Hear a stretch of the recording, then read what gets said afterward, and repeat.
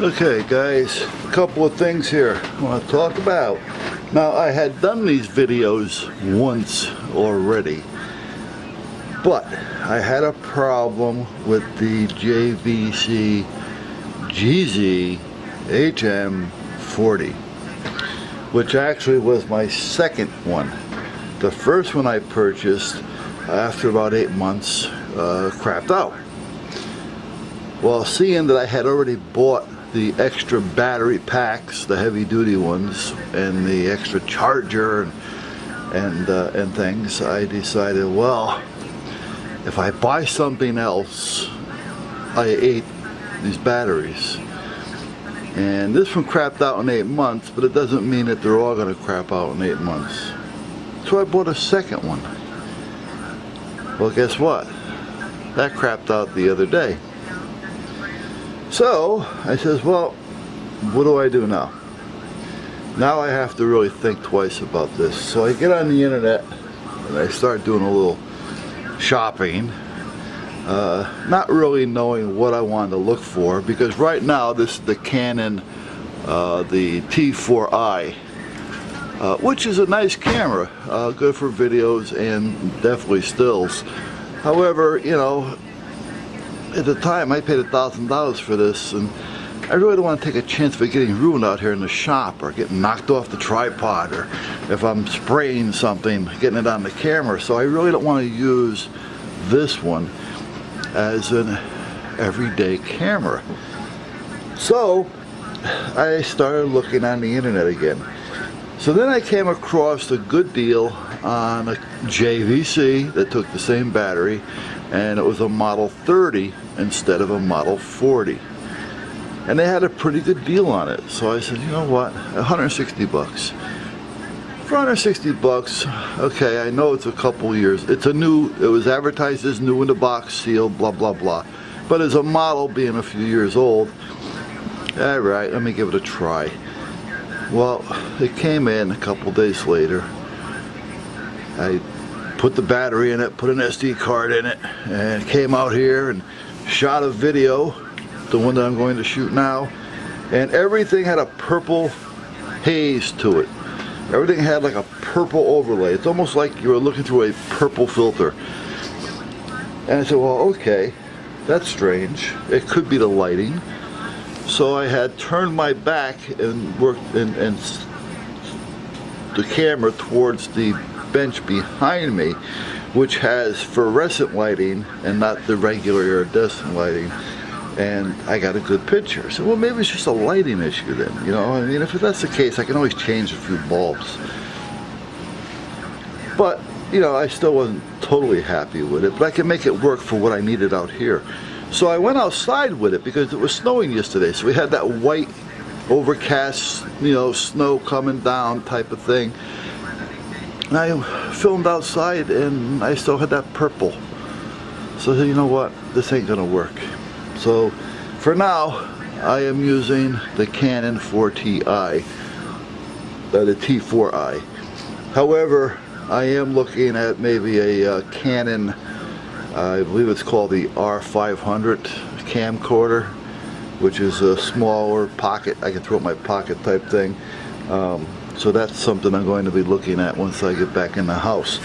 However though, I want to talk to you about the Sccy. Now before I go any further with this, I have a rag. I know I got my rags on. You know when I'm in the garage and I'm working, because I've always got this coat on. I wash this thing almost 3 times a week and it's still, you know, so that's just, you know, it's not just dirt, it's, well, it's dirt, but you know what I mean, it doesn't wash out, so it's clean dirt. Clean dirt. How do you like that? Hold on a minute, let me get a clean rag, because I don't know where it went, but I usually have a clean rag with me all the time. Well, I use this one. It's not the cleanest, but it's clean. Seems I'm going to be working with a firearm. So before I go any further, the magazine is out. Let's take the round out of the chamber. I'm going to take this round and put it behind me on that other bench I was talking about, because I don't like ammunition, as well as these. Hold on. I don't like ammunition near the gun when I'm cleaning or showing or anything like that. So there's no chance of it being put back into the firearm. Now I know everything that's around me at this point is a safe direction, so I don't have to be too concerned as to where I point this thing right now. So that's so much for that. Now I am going to get an empty magazine, so hold on a minute. An empty magazine. The story on this is a Sccy, and I just wasted what, 5 minutes already? I'm sorry guys, I'm just going to go into a part 2. This is a Sccy, SCCY, and the model on this one is the CPX-2. Now I haven't got the autofocus on this thing, so I don't know where the focus point is actually going to work its best magic. If I put the autofocus on, you're going to hear it clicking. And until I get a new lens for this, there we go. Either you're going to have to hear the clicking or you're going to have to wait for me to focus it manually. See? So, now let me focus it again. That's good enough. So the SCCY, I'll tell you what, the story on this gun, before I go any further into breaking it down, I might as well waste a few minutes of your time and tell you the story. About a year and a half ago, I had seen this gun advertised, and I said, well, that's not a bad looking little gun. Did some research on YouTube, and I seen a few guys using it and holding it, but without having an idea on what size these guys are, because there was nothing to give me a relative, perspective. I really didn't know how it was fitting and how it would fit my hand. Now, right now I'm a few pounds over. I usually come into about 240. Now I'm getting personal here, but I'm 6'4". I usually come in around 240 pounds. My pinky finger is usually somewhere around size 15. But I put on about 20 pounds, so I'm a little over right now. Back at the gym, it's going to work down. I feel comfortable at 240. That's my weight. So my hands are a little bit larger than normal for now. However, I wanted to get this Sccy, but I didn't want to buy it unless I was able to see it, pick it up and feel it. In other words, go to a gun shop and get my hands on it. So I started looking at the gun shops here in Connecticut. There's a couple of large ones, one larger than the other, and they didn't stock it. But however, they would be willing to bring it in for me at the sum of $229, and a couple of them actually wanted $269. I'm sorry, $329 and $369. Well, at the time, the suggested list on this was $299. Now, suggested list on a gun or anything, it's subjective. I mean, the price is going to be whatever the gun bears, you know, whatever somebody's willing to pay for it. So I've seen $500 guns sell for $700, $800, $900 and more, to be honest with you. Personally, I won't spend that kind of money on a, well, I do, but not on a gun that's valued for far less. Let's put it that way. But I wasn't about to spend that, even $329, to have them custom order a gun in to find out that I didn't want it, because, or it didn't fit me properly, because the problem being was that if you buy a gun and you order it and they bring it in for you, you own it. So you're kind of stuck with it. And the other thing was, I wanted the gun, but I also wanted it for my wife, because I think it was a good size for her. And at the time, you got to remember, I'm assuming all this. So with that being said, time had gone by.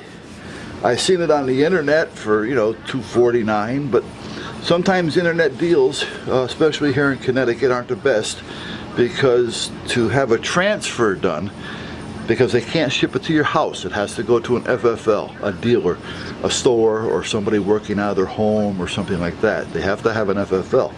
And those guys will charge you anywhere from $30 to $75. So if I had to spend $50 to have it transferred, $240 for the gun, another $20 for shipping, hello, you know, and I'm buying a gun that I can't put my hands on, so I don't even know if there's any problems that I can physically see with the gun. So you're kind of taking the word of the seller that he's going to ship you one that he's inspected. Now the company will always take care of it, the manufacturer, but you have to send it back. So anyway, to make a long story short, I didn't want to buy it until I had it in hand.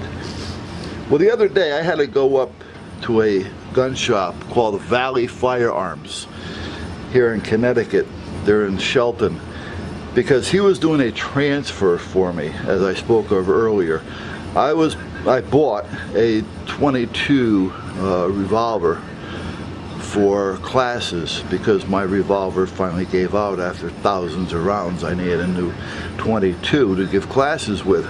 So I had to get a new .22. Well, Charter Arms, they make revolvers. That's all they make. It's not the best gun in the world, but it's not the worst. And they give instructors a very nice discount. And they were also in Shelton, by the way. But they have to, I pay them, they drop it off at an FFL, and then the FFL does the transfer, so I have to pay the FFL.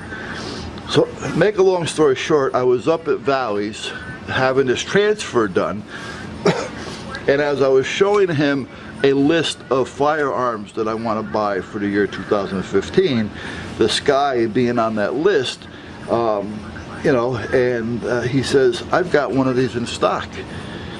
I go, you're kidding me. He goes, no. He says, I just got it in not too long ago. He says, I got it in stock. So I said, I've got to see this gun. So he pulls it out of the case. I put it in hand, and I'll tell you what, you know, it fits. Now I got a big hand, and it fits me pretty good. Excuse the dirty fingernails, guys, but I'm out in the garage working. But it fits me pretty good at this point. I say, you know, that's not bad. And it fits me pretty good. It'll fit the wife real good. Now the wife naturally has smaller hands. But like I say, I wanted to get one for the wife. So I said, you know what, this is the day before Christmas. I mean, this was meant to be. So I bought the gun.